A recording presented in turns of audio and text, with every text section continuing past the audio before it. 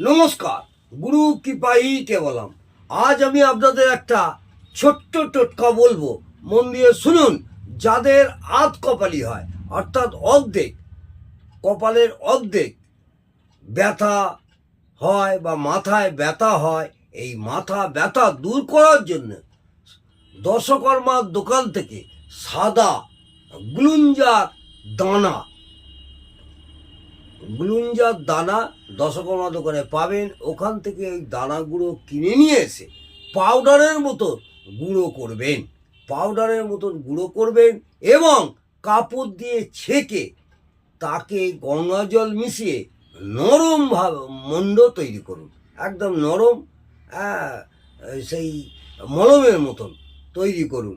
এবং তৈরি করার পরে একটি ছোট্ট মন্ত্র বলছি, ওম হলিং সাহা, ওম লয় দৈর্ঘ্যী 19 হলিং ফট সাহা, ওম ও চন্দ্রবিন্দু, ওম হ লয় দীর্ঘই অন্তস্থ হলিং ফট ফট দন্তস্বয় বয়ে আকা হয়াকা সাহা।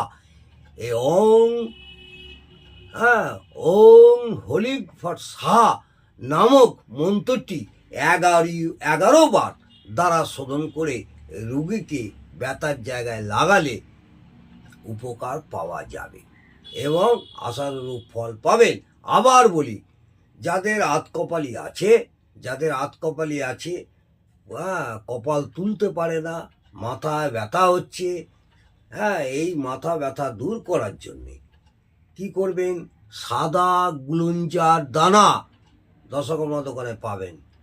গুলুঞ্জার দানা পাউডারের মতন গুঁড়ো করবেন, ছোট্ট একটু হামানদস্তিতে পাউডারের মতন গুঁড়ো করে সাদা ভালো সুন্দর কাপড় দিয়ে ছেঁকে তাতে গঙ্গা জল মিশিয়ে মলমের মতন নরম মণ্ড তৈরি করুন।